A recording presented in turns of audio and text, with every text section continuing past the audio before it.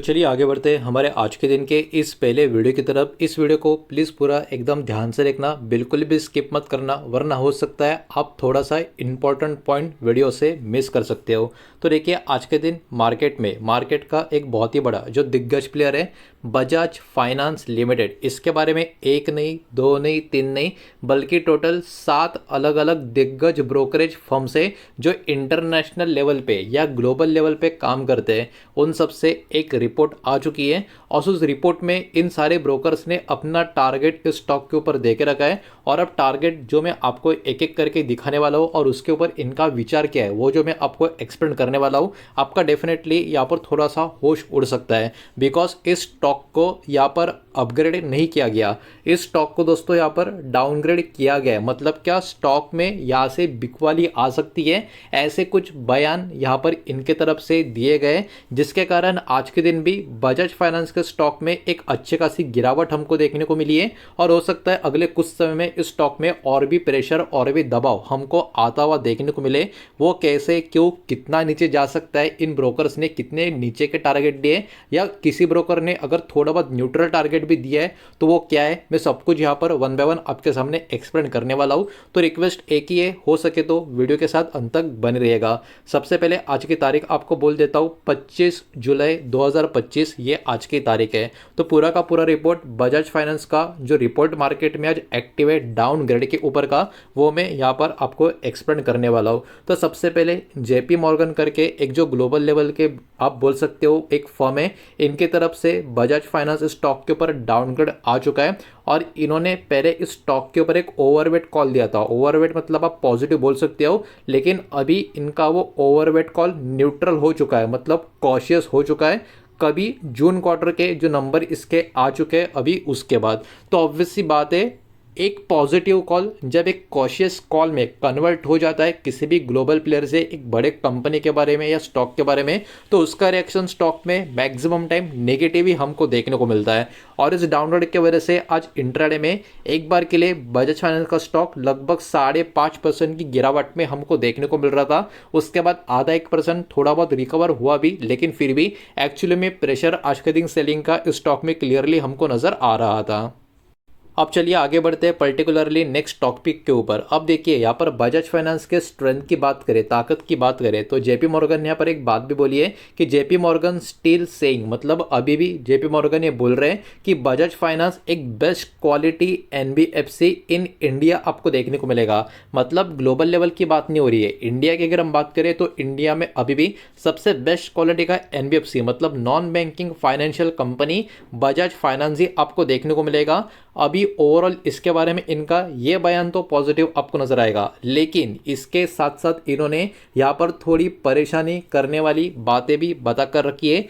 क्यों इस स्टॉक को इन्होंने डाउनग्रेड किया और किस तरीके की चैलेंजेस इनकी तरफ से यहाँ पर हमको देखने को मिल सकते हैं।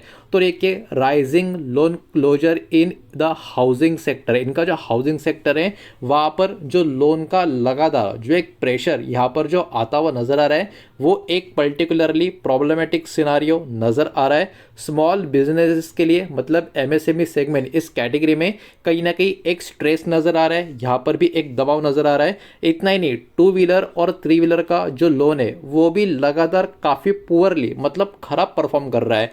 इसके साथ साथ आप पढ़ सकते हो यहाँ पर 7th पॉइंट भी आपको देखने को मिलेगा, this issue could lead to negative revisions on future profit estimate. तो कहीं ना कहीं ये जो कारण है लोन राइजिंग का, एमएसएमई सेगमेंट का एक खराब दबाव परफॉर्मेंस होना, 2-3 व्हीलर का लोन का कंटिन्यूएशन काफ़ी पुअरली परफॉर्म होना, तो ये जो भी अभी रीज़न यहाँ पर सामने निकल कर आ रहे हैं वो कहीं ना कहीं काफ़ी निगेटिव रिएक्शन दे सकते हैं आने वाले समय में फ्यूचर का जो प्रॉफिट एस्टिमेट होगा उसके ऊपर। तो ऑब्वियस सी बात है, इसके चलते इन्होंने इस स्टॉक को क्लियर कट एक तरीके से डाउनग्रेड कर दिया है।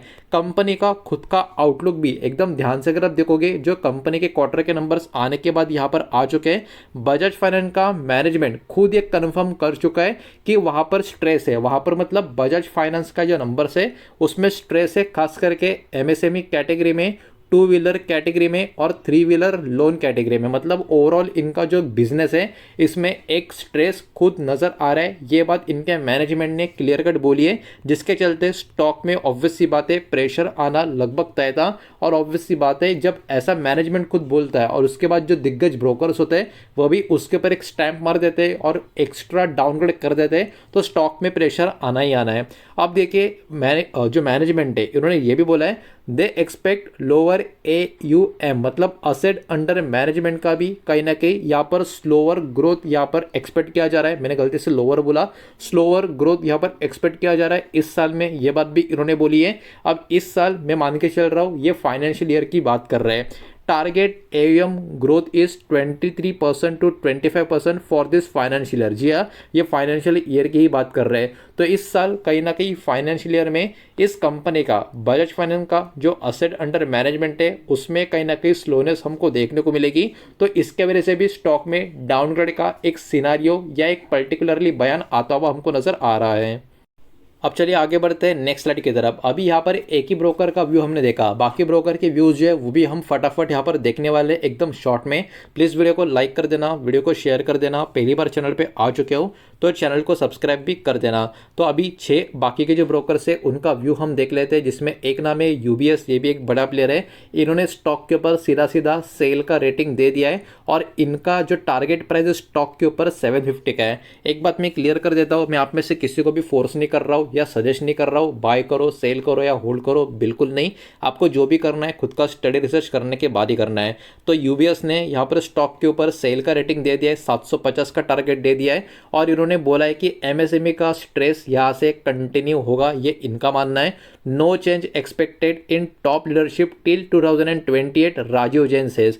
तो कहीं ना कहीं इनका जो टॉप लीडरशिप है बजाज फाइनेंस का, इसमें भी 2028 तक कोई खास चेंजेस होता हुआ या कोई भी चेंजेस होता हुआ नजर नहीं आएगा। ये भी इन्होंने अपना एक ओपिनियन यहाँ पर देखे रखा है। इसके अलावा नेक्स्ट पर्टिकुलर ब्रोकर की बात करें तो मैक्वेरी की तरफ से भी एक बयान आता हुआ नजर आएगा। इन्होंने स्टॉक के ऊपर अंडर परफॉर्मेंस का रेटिंग दे दिया है और इन्होंने इसका टारगेट 800 रुपये का दोस्तों यहाँ पर देके रखा है, जो ऑब्वियस सी बात है करंट मार्केट प्राइस के कंपेयर में नीचे की तरफ का नजर आएगा। और इनके हिसाब से आप देख सकते हो ये फील कर रहे हैं कि स्टॉक ऑलरेडी बहुत सारे जो ग्रोथ के फैक्टर्स है उसको डाइजेस्ट कर चुका है एंड क्रेडिट कॉस्ट में राइज, और इस कंपनी का जो क्रेडिट कॉस्ट ये भी यहाँ से इंक्रीज हो सकता है, ये वाला इन्होंने यहाँ पर रीजन दे के रखा है। तो मैक्वेरी भी इस स्टॉक के ऊपर बुलिश नहीं बल्कि बियरिश आपको देखने को मिलेंगे। गोल्डमैन सैक्स की बात करें, ये भी एक बड़े पर्टिकुलर नाम है और ये इस स्टॉक के ऊपर न्यूट्रल खड़े हैं, मतलब ना पॉजिटिव ना निगेटिव, एक न्यूट्रल टाइप का सिनेरियो इन्होंने लेके रखा है और 970 के आसपास का टारगेट इन्होंने अपना लेकर रखा है। इन्होंने इसके ऊपर रीजन भी दिया है। नेगेटिव इन्होंने एक पॉइंट यहाँ पर नोट किया है कि प्रोविजन कवरेज यहाँ पर इनका गिर चुका है और MSME स्ट्रेस में है, स्टिल काफ़ी ऊपर की तरफ है। तो ये इनको प्रॉब्लम तो नज़र आ रहा है, भले ही इनका ओवरऑल कॉल स्टॉक पे न्यूट्रल हो लेकिन कमेंट्री पॉजिटिव बिल्कुल भी नहीं है। इस बात को यहाँ पर आप ध्यान में रखें। Management flag over leveraging as a concern, ये भी बात इन्होंने यहाँ पर बोली है। मतलब वही बात, यहीं पर इनको भी प्रॉब्लम्स नज़र आ रहे बजाज फाइनेंस इस कंपनी के स्टॉक में।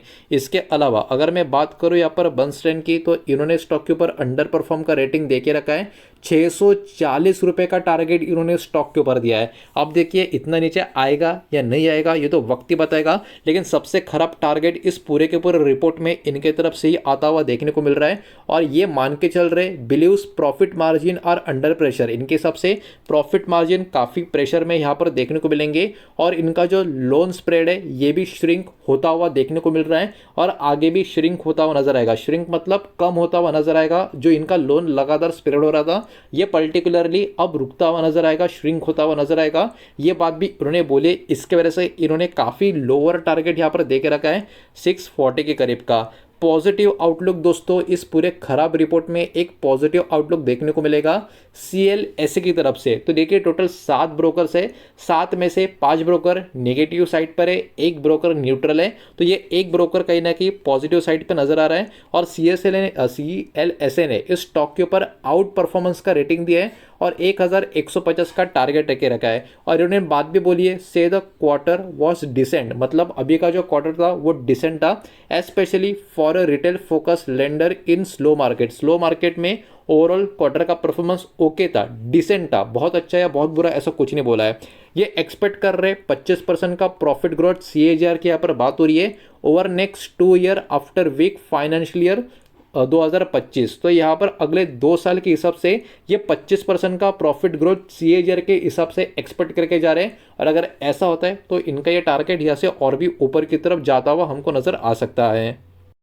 इसके अलावा अगर मैं ओवरऑल एनालिस्ट रेटिंग की बात करूं तो देखिए एक बड़ा प्लेयर है मार्केट का और इस स्टॉक को बहुत लोग कवर करना पसंद भी करते हैं। तो टोटल 39 एनालिस्ट का रेटिंग दोस्तों स्टॉक में देखने को मिलेगा, जिसमें से 20 एनालिस्ट स्टॉक को अभी भी बाय का सजेशन दे रहे हैं, 14 एनालिस्ट स्टॉक को अभी भी होल्ड का सजेशन दे रहे हैं और सिर्फ 5 एनालिस्ट मार्केट के ऐसे हैं जो स्टॉक को सेल करने का एक सजेशन दे रहे हैं। और कहने कि स्टॉक के 5 परफॉर्मेंस की भी बात करें तो डिस्पाइट डिफॉल्ट मतलब आज के दिन इतना ज़बरदस्त फॉल इस स्टॉक में जो हमको देखने को मिल रहा है, उसके बाद भी 2025 का निफ्टी 50 इंडेक्स का अगर आप टॉप परफॉर्मिंग स्टॉक देखोगे तो उसमें बजाज फाइनेंस का नाम भी आपको दिखाई देगा।